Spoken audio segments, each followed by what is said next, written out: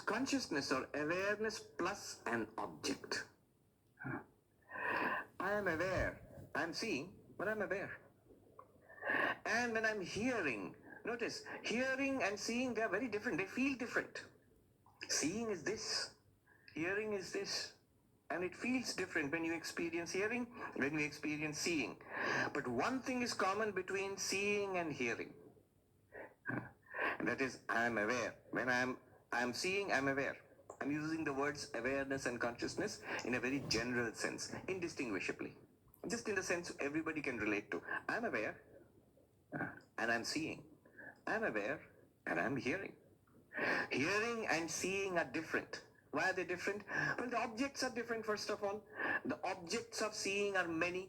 And what are they? They are colors and shapes. The objects of hearing are many. What are they? Various kinds of sounds, noise, music. And they are different.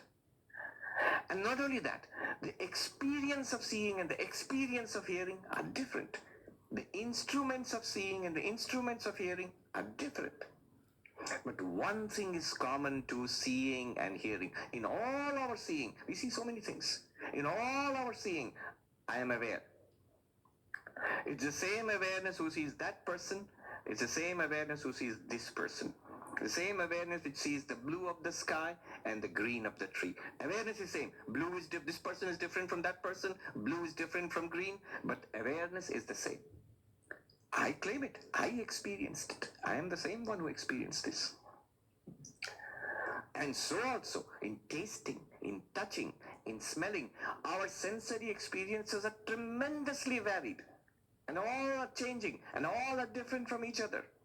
The objects of experience are different. They are changing. They're many and changing. The feel of each experience, the nature, the phenomenological internal feel of each experience is different and changing. And yet, there is one thing common to all of them. They are all happening to awareness. They're all happening to consciousness. And that consciousness is common to all these objects of experience, all these experiences. In fact, I said at the beginning, all our experience has a common structure. And the structure is consciousness plus object is equal to experience. Consciousness plus object is equal to experience. Just stay with that and see that isn't that true? Isn't that true? Isn't that a good way of describing a general equation to capture all of our experience? Whatever experience we have, isn't it consciousness slash awareness, whatever you call it, plus an object? It could be an external object like this. It could be a glass of water. It could be a sound. It could be a taste or a touch. It could be a thought, a feeling, an emotion. They're all objects. And they are all experienced by consciousness. Now, as the objects, C, consciousness, plus O, object, is equal to E, experience. As the objects keep changing, the experience also keeps changing. But does the C, the consciousness, does it change? And he claims it doesn't. And he says that's what you claim to. You also feel, I am the same one. I am the same one who saw this person and the same one who is seeing that person. And the same one who ate a cookie or biscuit and the same one who tasted the tea or coffee. Same one. Cookie and biscuit are different. Tea and coffee are different. This person, that person are different. And the experiences are different. But I am the one. And what is that one? It has to be, the bare minimum is consciousness. It's that. It's constant. In fact, in all our seeing, hearing, smelling, tasting, touching, consciousness is constant. Awareness is constant. The I, the experiencing I is constant.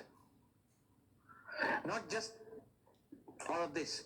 Thoughts, feelings, emotions, memories, they come and go. They're also objects. They're also experiences. But the awareness, the consciousness is constant there. Not just that. Actions in speaking, in walking, in grasping, in working, in playing. So many experiences are going on. So many actions are going on. They are all experienced by consciousness. actions are different, the context is different, consciousness is common. Go further. He will show us in waking, dreaming, sleeping, consciousness is common. That's the direction he's taking. Shabda sparshadayo vedya, the sounds, the touch, and etc. Sight and smell and taste. Vaichitrya, they are various. Who can deny? Our experiences are various, and the objects of experience are various. Jagare Prithak, in our waking world, we have various objects of experience and various experiences. Tato vibhakta tat samvit. Other than that, distinguished from that, the consciousness which experiences them, aikarupyat na bhidyate, does not differ from that one nature, one constant nature. It's like the light which is shining here. And it reveals whatever you put here. You put chairs and tables, it will reveal the chair and table. You put people in there, it will reveal the people. People leave this room and it's an empty hall, it will reveal the empty hall. The light doesn't change with the objects which come and go. It just reveals them. Now that's the model he's taking. Think of consciousness, try to understand consciousness that way, and see, is it not a good fit to our experiences? And he says, this is the story of our lives. And then he goes on. You can doubt it also. Why not? Why don't you say consciousness? Consciousness can change. Yeah, experiences are many, objects are many, and my consciousness is also changing moment to moment. And there's a whole philosophical debate, centuries old, between the non-dualist Vedantist and the mind-only school of Buddhism, Vijnanavada, Yogacara. Consciousness is changing. It's arising, flashing, revealing its object, and disappearing. Another burst of consciousness comes. Why not? Well, there are many arguments, but just consider this. If consciousness is also changing, objects are changing, we can see. Experiences are changing, we can feel it. But consciousness itself is also changing. If you say that, the question will be, is that change in consciousness experienced or not experienced? If the change in consciousness is experienced or experienceable, then it becomes an object, it's no longer consciousness. And if it is not experienceable, if someone claims, no, consciousness is changing, but that change cannot be known, it cannot be experienced, then why talk about such a change? If, as a very ancient school of philosophy, powerful school of philosophy says, consciousness arises momentarily and disappears, moment to moment, flashes of consciousness. All right? Consciousness arises, illumines its object, and disappears. So, it must be discrete flashes of consciousness. And they say, yeah, it's discrete flashes, very fast, but discrete flashes of consciousness. If there are discrete flashes of consciousness, there must be a gap between the two. Is that gap knowable or unknown? If it is knowable, then consciousness must be illumining that. In that case, there is consciousness in that gap. There's not a flash arising and disappearing. It is continuous. If you say, no, there's a gap, but it is unknowable, then why speak about such a gap at all? What will establish such a gap? How would you know that there is such a gap? In that case, also consciousness is continuous. So it's like this, lot of back and forth arguments. But anyway, he's taking that model. But this is not the only experience we have. As the day wears on and evening comes, we go to sleep. And this whole world disappears from your experience, from our experience. The whole world disappears. Even the fact that I'm lying down on the bed and sleeping, that disappears from my awareness. And a world of dreams arises. What happens there? Verse number 4. Tatha swapneatra vedyam tu nastheram jagare sthiram tadbhedo tastayo samvid ekarupa na bhidyate. Now the world of dreams comes. And you experience people and places and activities in dreams. Dreams arise and disappear. And is there a clear difference between dreams and waking? That question arises, and he admits, yes, in certain sense, dreams are different from waking. Dreams are unstable. They come and disappear. The waking world is stable in the sense I keep coming back to the same waking world. So you're having a pizza and you want to go to, you say, I'm feeling sleepy, I'll have the rest for breakfast. You can put it in your fridge and the next morning you can have cold pizza for breakfast. It'll still be there. The fridge will be there, the pizza also will be there, unless somebody else has got the pizza. But you can't do that in a dream. You're dreaming and you're eating a pizza and you say it's time to wake up. Now, I mean, I'm joking. But now let me put the dream pizza in a dream fridge, and next time when I come back and dream, I'm going to take it out and eat it. That won't work. That world of dreams is gone.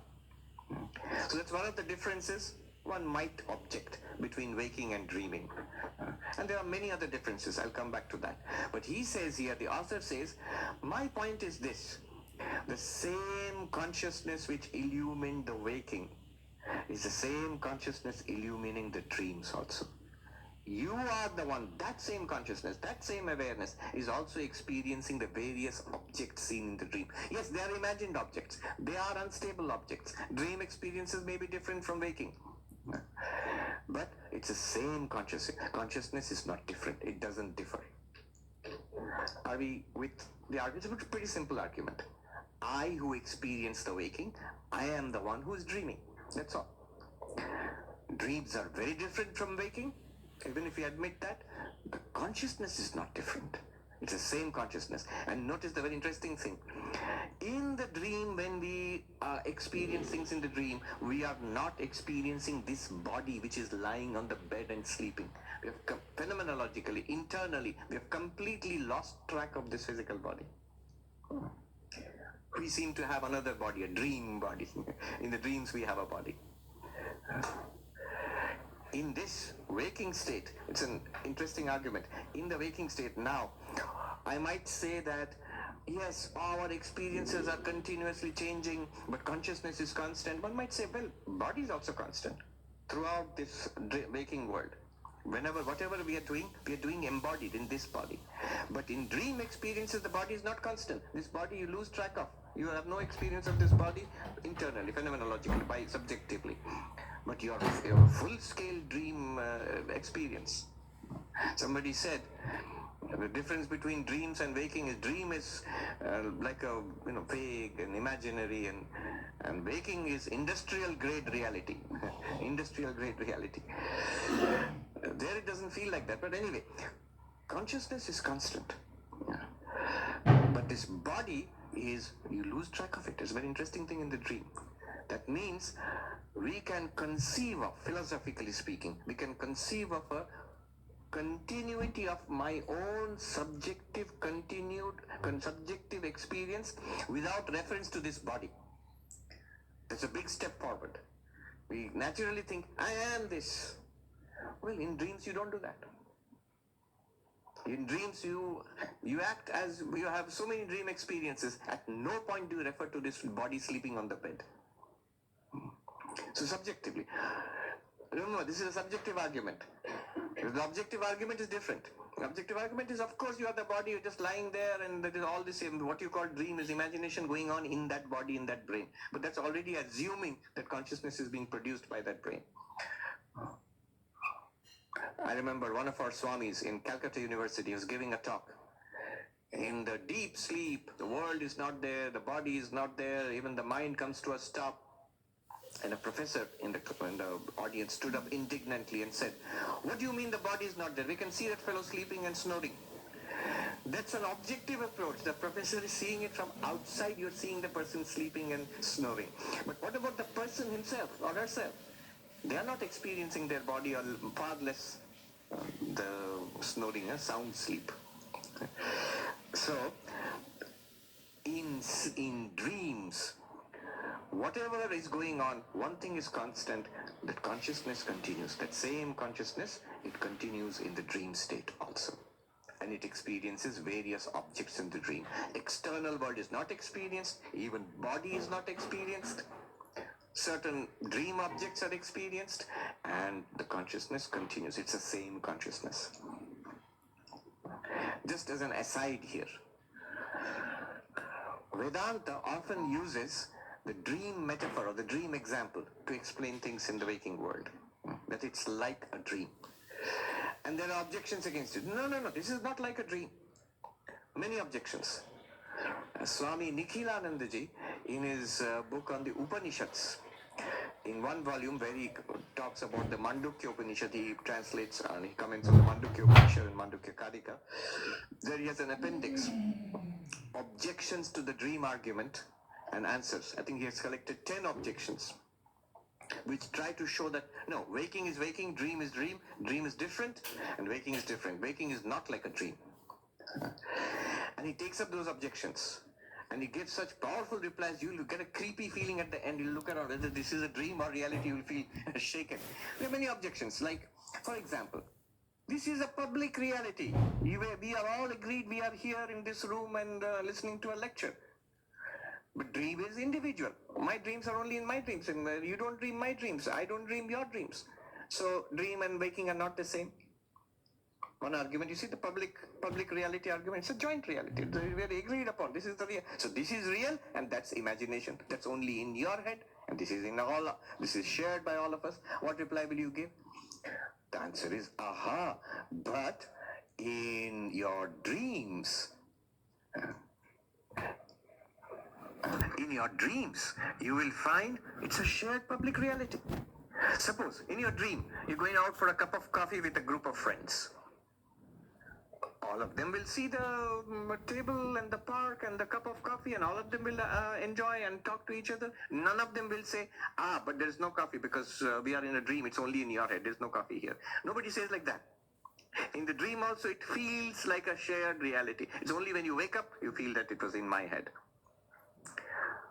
Another argument that the industrial grade reality, dreams are vague imagination and waking reality is so solid, It's solid. But that does not feel like that in the dreams. It does not feel it's vague, must be a dream. No, it's quite real. And that stands to reason because even this so-called solid industrial grade reality, any scientist, any doctor, any school kid today will tell you, you are not experiencing directly. The whole thing is being reconstructed in your brain.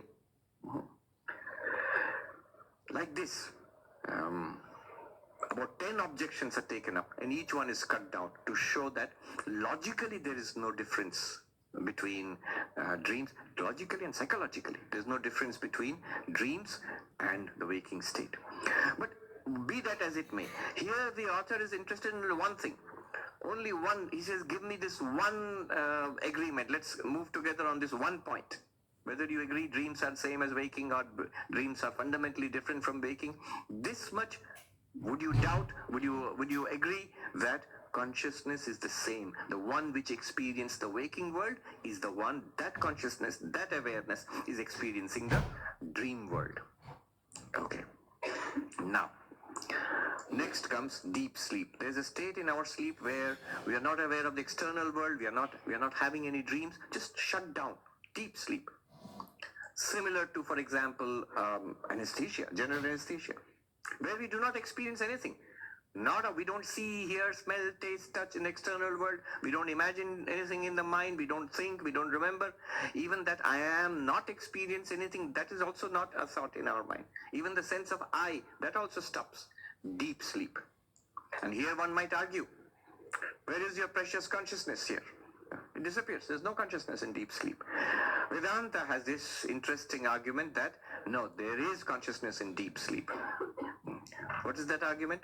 I remember many years ago in our Institute of Culture in Calcutta, and we have a big ashram there, there was a conference on the ancient Indian philosophies of consciousness and modern neuroscience. And the question came up about deep sleep. And the professor who was arguing that was an American professor of Sankhya philosophy, an ancient system of Indian philosophy, Professor Larson. So he asked, we're not making any progress. The neuroscientists had a different view of deep sleep and we had a different view of deep sleep. So this professor asked the neuroscientist, doctor, according to neuroscience, modern, at that time neuroscience, now neuroscience also has changed its view, but at that time, this was about 20 years ago, according to neuroscience, is there any consciousness in deep sleep? And the doctor gave a nuanced reply. He said, the way we understand and define consciousness, there is no consciousness in deep sleep. That has changed a little bit now. But anyway, there's no consciousness in deep sleep. And that professor, I remember, he replied, he said, here is the difference. According to Indian philosophy, some schools of Indian philosophy, Sankhya, Advaita Vedanta, there is only consciousness in deep sleep. See, there's a difference. There is no consciousness in deep sleep, and there is only consciousness in deep sleep. These are two ways of understanding the same phenomenon. We are both talking about deep sleep. There's no consciousness. That seems common sense in deep sleep. But Advaita argues there is only consciousness in deep sleep, which is aware of of this absence of objects. Remember what I said about experience. Experience is consciousness plus object is equal to experience. Now suppose you remove all the objects, absence of all the objects. Now you can say either there is no experience, or you can say the experience is of the absence of objects. Consciousness illumining the absence of objects. That's deep sleep. That's general anesthesia. Maybe coma. Although just day before yesterday I was reading a news report that it seems in certain large percentage of coma patients they are still conscious. Anyway, so this is another way of understanding deep sleep. Consciousness illumining the absence of objects. There's nothing to see. That does not mean consciousness is not gone. Consciousness is gone. Consciousness is still there and illumining that nothing to see. Deep sleep is not an absence of experience. It is an experience of absence. That's a nice way of putting it. Deep sleep is an experience of absence. Consciousness illumining blank, nothing. I gave a very nice example once. It just came to me. It was in several years ago in an Indian university. We were talking about this, and like that they had this PowerPoint projection. So they had a camera, not a camera, a projector up from the ceiling, and the camera projects a powerful beam of light.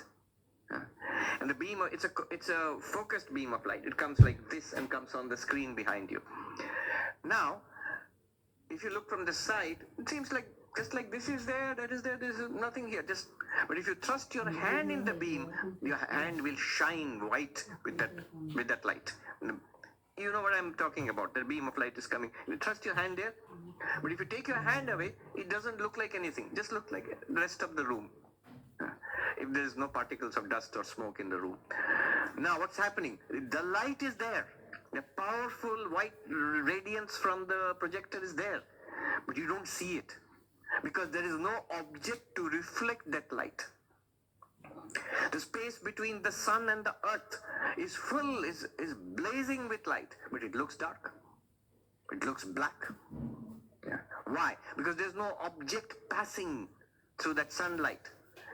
Like a comet, I give the example of a comet. The brilliant tail of the comet which we see, which we take pictures of and all that we see in NASA pictures and from the telescopes.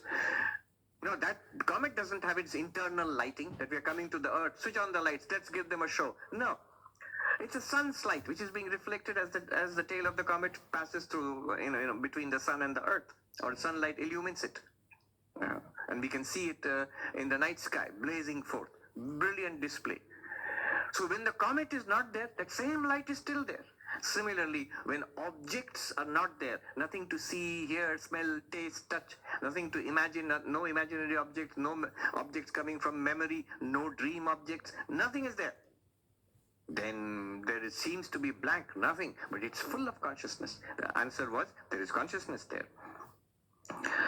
Verse number 5. Supto Thetasya Saushupta Tamo Bodho Bhavet Smritihi Sacha Avabuddha Vishaya Avabuddham Tattadātamaha. When we wake up from deep sleep, we say, I have the experience of blankness. I went to sleep, I had dreams, and there was nothing. Now I'm awake. That there was nothing. How would you report that? Why do you report that? We should report logically, I was awake, I went to sleep, I had some dreams, now I'm awake again. But why do we feel that I slept peacefully?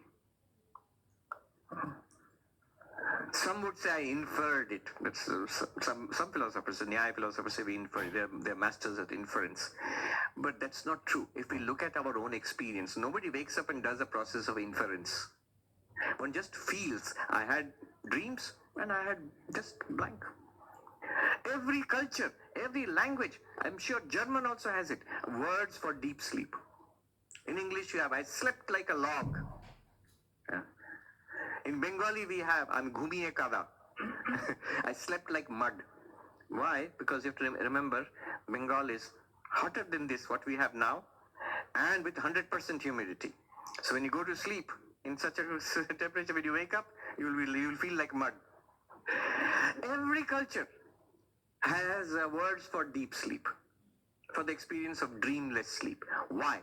Surely it must be an experience also. It's not that no one experienced anything there. If it is an experience, remember, consciousness plus object is experience. So if it's a deep sleep is an experience, consciousness must be experiencing something there. And what is that something? It's nothing. It's just an absence of something. He says, Tamo bodho bhavet smritihi. The darkness itself, illumined by consciousness, that itself is the experience of deep sleep. And there's a little bit of subtle argumentation here. The objection here would be, so in deep sleep the mind is silent?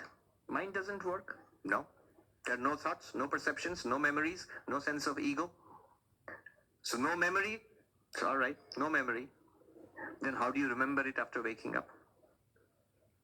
You see the argument, counter argument to what I am saying here. The counter argument is, if you say that the mind was silent in deep sleep, the mind was switched off, let us say, in deep sleep, memory is part of the mind.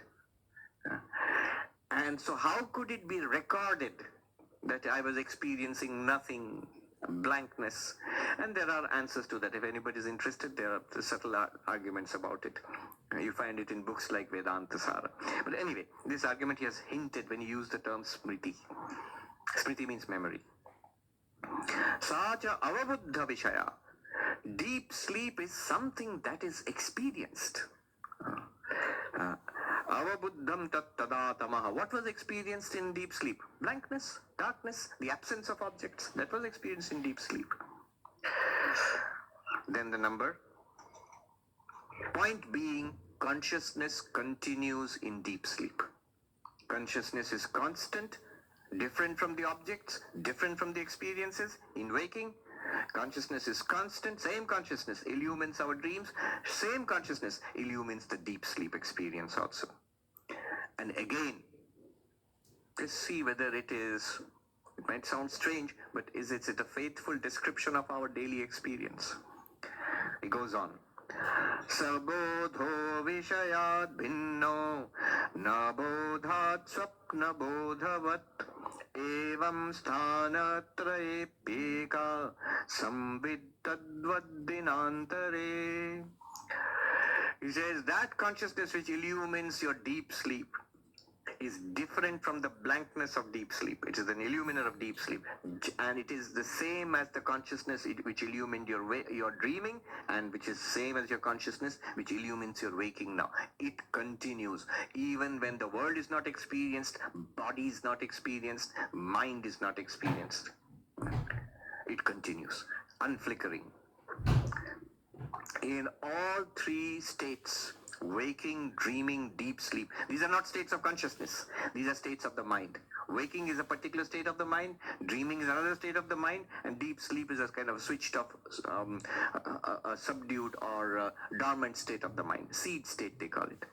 In all three states, consciousness is constant. In all three states, there's one consciousness. And this is the story of one day. One day in our lives, this is how Advaita Vedanta sees it. Consciousness experiencing a waking world, consciousness experiencing dreams, consciousness experiencing the absence of the waking world and the absence of dreams. And then again, wake up. Then what happens? Thrilling, our day. This is our life. He says, what happens next day? Same thing. And the day after, same thing. You'll wake, you'll dream, you'll sleep. And more importantly, consciousness will shine. Somebody was asking me yesterday in informal context, so what happens after death? There are many theories. Religions have certain theories. Every religion has a certain different description. I said, one thing I can tell you for sure, and which you cannot doubt. After death, before death, one thing is constant. Consciousness will experience something.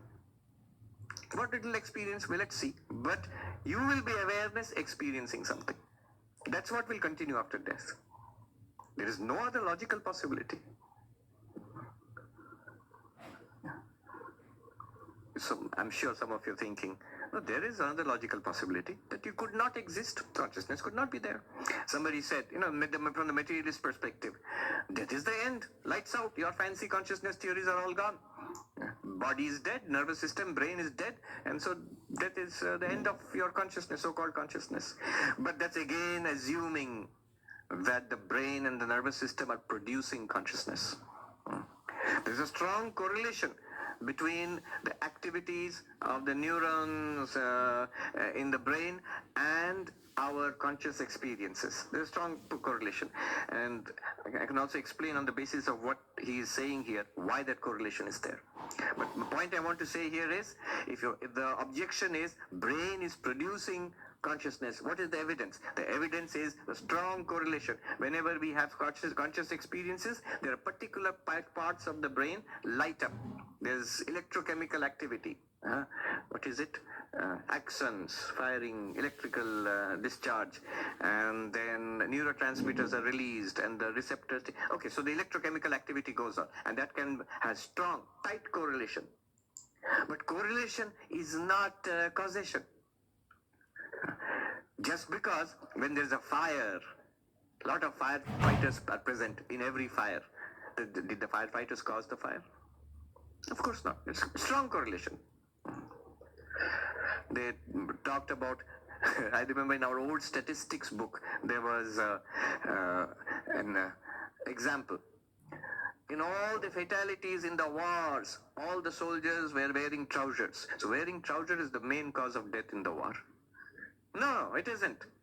Just one-to-one correlation. Anyway, there's a deeper argument there, the hard problem of consciousness. So, brain is not producing consciousness. If your consciousness is constant throughout your day, objects keep changing, we can be fairly certain when the physical body dies, consciousness is still constant and some other experience will be generated. Then he concludes. What will happen then? मासाब्दौ युगकल्पेषु गतागम्येषु नेकधा नोदेति नास्तमेत्येका संविद् एषा स्वयं Prabha. Very poetic, sublime verse, one of my favorite verses in this book. As the months roll by, days, weeks and months, consciousness shines. As the years roll by, consciousness shines. And as the centuries and millennia roll by, consciousness is shining. You might say, no, dead. At most 100 years, 110 years. That body is dead. Consciousness is not dead. Then, Gatagamyeshu nekadha.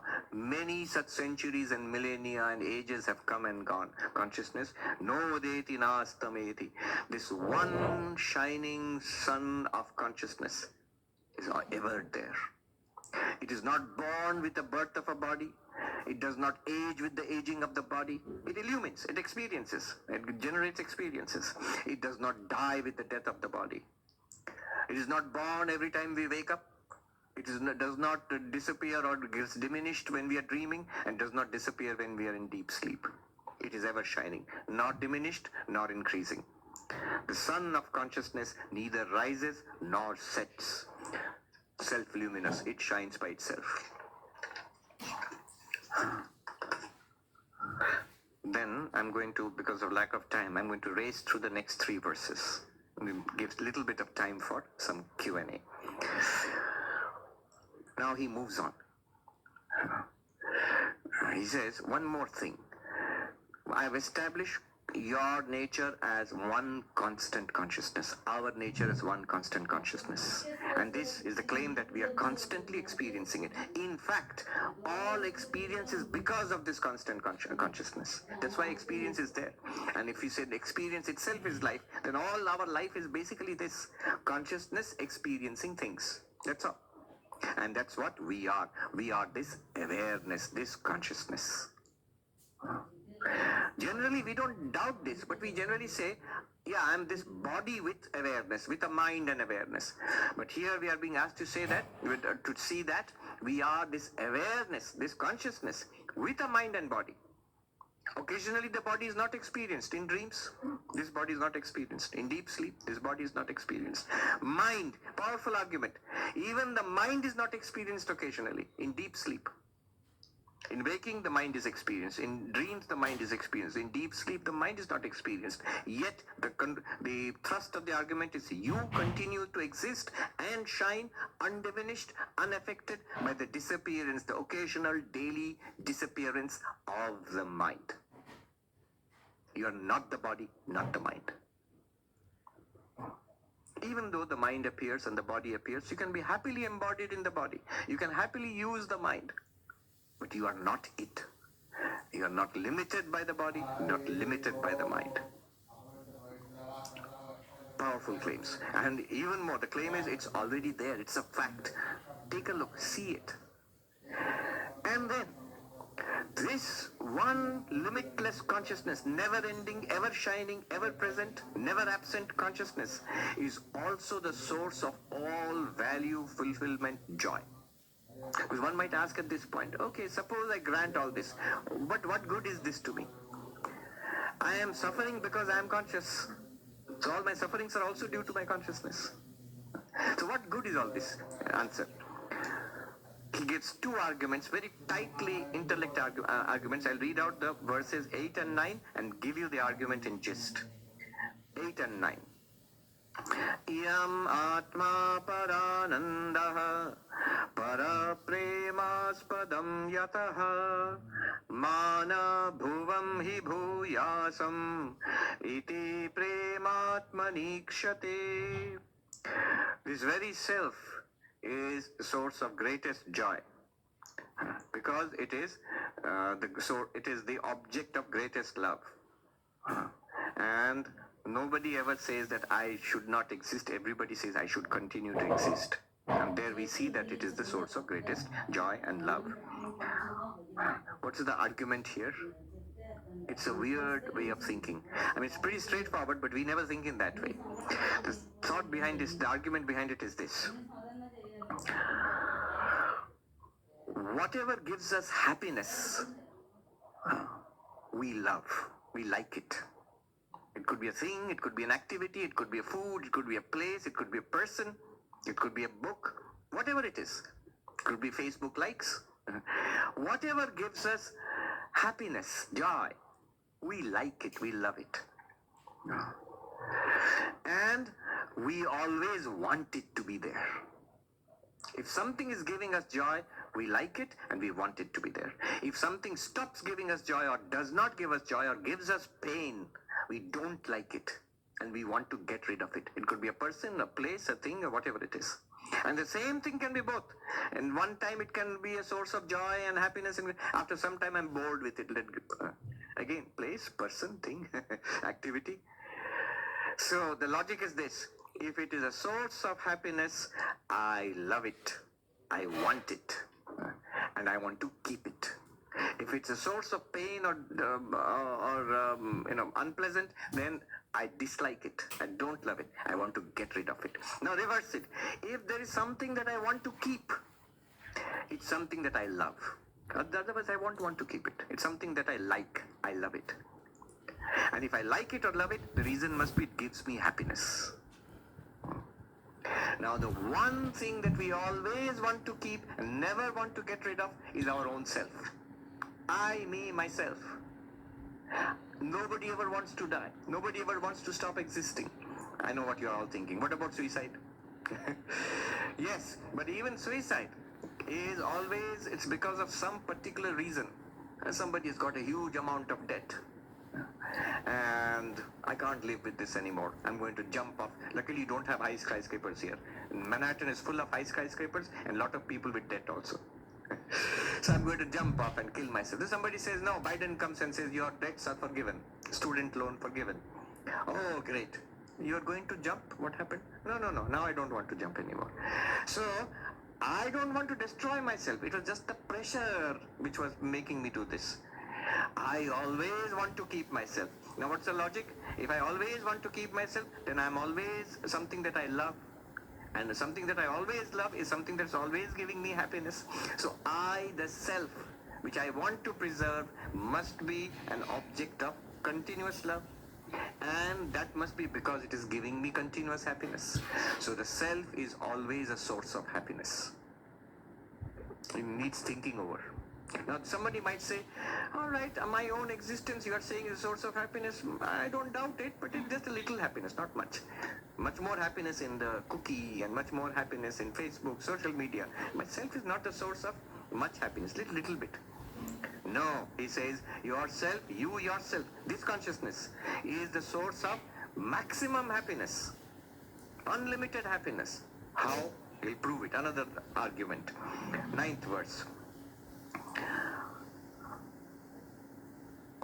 Tat prematmathamanyatra naivam manyathamatmani atastat paramam tena paramanandatatmanaha. So what he says here is this. Here's another very strange piece of logic. It works like this. If you love something for the sake of something else, then that one is loved more than this one. I love, say mother, example is the mother loves the toys which her child plays with. So why is the toy loved? Because of the child. You love the toy because of the child. Now which one is loved more, the toy or the child? A very strange mother who loves the toy more than the child. So if you love one thing for the sake of another, you love that other one more than the first one. Now, what is the thing which is loved for the sake of, everything is loved for the sake of one thing only, and that is the self. Whatever our conception of self, everything that we love in the world is because of this one. And I love this example. Somebody said, no, this is not right. I really love my job. This young man, he had a wonderful job in a multinational corporation. I love my job. Somebody asked him, must be a Vedanta teacher. So asked him, so you love the job or the money? No, I love the job. All right, in that case, you will have the job, you'll do the job, turn up and do the job, but you won't get the money. No. Then, if you're forced, one of the two, you don't have to do the job, you can keep the money. Or you can do the job, you won't get the money. Which one will you choose? I'll choose the money. So, the job is loved for the sake of the money. Which one is loved more? Money. Then he was asked, so this money, you will get it, but you can't spend it. You can't spend it. No. I have to spend it. I have to spend money. I have to buy things for my family, for my kids and all of that. So I have to spend the money. You have an option. You can either have the money or the things which you will buy. And then with that money, I'll have the things which I can buy. What use is the money without those things? All right. You can have those things. You have those things, but they will not be for your family, just some random family. You can have all those things, and they'll go to some family. So you want it for the family, for the kids and all. You'll go to some random family, but not to your family. No. I want it to go to my family. Job is loved for the money. Money is loved for what it can buy. Those things are loved for the sake of the family, and the family is my family. It's loved for the sake of the self. It's a relationship to the self. So what is loved for the sake of another, the other one is loved more than the first one. So money is loved more than the job. The things are loved more than the money. The family is loved more than the things. And my family. So I am loved more than the family. But what we love, that which gives us happiness. We love that more, which gives us maximum happiness. We love the self the maximum, so it must be giving us maximum happiness. And therefore, the self is the source of maximal and continual happiness. This maximal and continual happiness in Vedanta is called Ananda, bliss. This ever shining nature of yours, the Atman, is called Chit, consciousness, which we are talking about till now. And its never changing nature, throughout waking, dreaming, sleeping, throughout all lifetimes it is there. That is called Sat, pure being. And then the 10th verse he concludes. Ittam Satchid Parananda Atma Yuktya Tatha Vidham Param Brahma Tayoschaikyam Shutyante Shupadishyate. So this, the self which we are talking about till now, from the verse number 3 till now, 10th verse, this is pure being, pure consciousness and pure bliss. This is called Sat Chit Ananda, and we have ascertained this hopefully based only on our present experience and reasoning.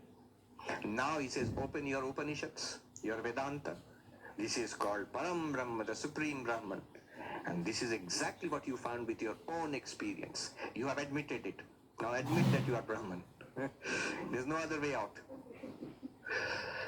Om Shanti Shanti Shanti Hari Om Tat Sat Shri Ram Krishna Arpanamastu. Can we take? One can say you believe. The experience also keeps changing. But does So what? What are we supposed to see there? He says, notice one thing. All experience, none at no point I believe anything.